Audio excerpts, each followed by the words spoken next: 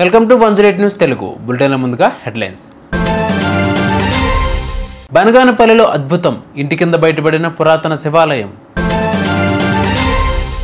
అభాగ్య నగరంగా మారిన సౌభాగ్య నగరం, ఎక్స్ వేదికగా మండిపడ్డ కేటీఆర్.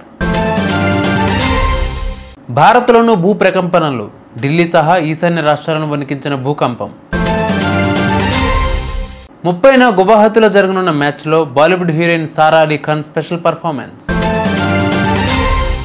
నంద్యాల జిల్లా బనగానపల్లి మండలంలో ఓ ఇంటి కింద పురాతన శివాలయం బయటపడడం ఆసక్తి రేపింది. పేరుసోముల గ్రామానికి చెందిన ఎర్రమల అనే వ్యక్తి ఇంటి కింద ఈ పురాతన శివాలయం బయటపడింది.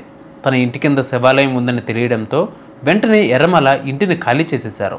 ఈ పురాతన శివాలయంలో దైవదర్శనం కోసం భక్తులు పోటెత్తారు. శివలింగానికి ప్రత్యేక పూజలు నిర్వహించారు.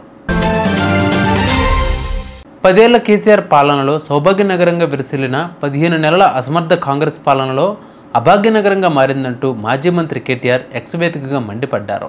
హైడ్రా, మూసి ప్రక్షాళన పేరుతో హైదరాబాదులో ఇళ్ల కొనుగోలు తగ్గాయి. పేదల ఇళ్లు పైకి బుల్డోజర్లు పంపుతూ పేదల ఆస్తులతో సెటిల్మెంట్ చేసుకుంటున్నారు. కోల్చడం కాదు కట్టడం నేర్చుకోండి, అబద్ధాలు చెప్పడం కాదు అభివృద్ధి చేయడం నేర్చుకోండి అంటూ ట్వీట్ చేశారు కేటీఆర్. మయన్మార్లో రెక్టార్ స్కేలుపై 7.7, 6.4 తీవ్రతతో సంభవించిన భూకంపం భారత్లోనూ ప్రభావం చూపుతోంది. మేఘాలయ, కోల్కతా, ఇంఫాల్, ఢిల్లీలో భూప్రకంపనలు సంభవించాయి. రెక్టార్ స్కేలుపై ఇది 4 తీవ్రతతో నమోదైంది. దీనితో ప్రజలు భయంతో బయటకు పరుగులు తీశారు. మరొకవైపు బ్యాంకాక్లో భారీ భూకంపం సంభవించడంతో థాయిలాండ్ ప్రధాని షినవ్రత దేశంలో అత్యవసర పరిస్థితి ప్రకటించారు. ప్రజలు పెద్ద ఎత్తున రోడ్లపైకి రావడంతో భారీగా ట్రాఫిక్ జామ్ ఏర్పడింది. అయితే భూకంపం వచ్చే సమయానికి మెట్రో రైల్ స్టేషన్లో ఉండడంతో ఒక్కసారిగా ఊగిపోయింది. రన్నింగ్లో ఉంటే మెట్రో పడిపోయేంతలా షేక్ అయింది అని అంచనా వేశారు.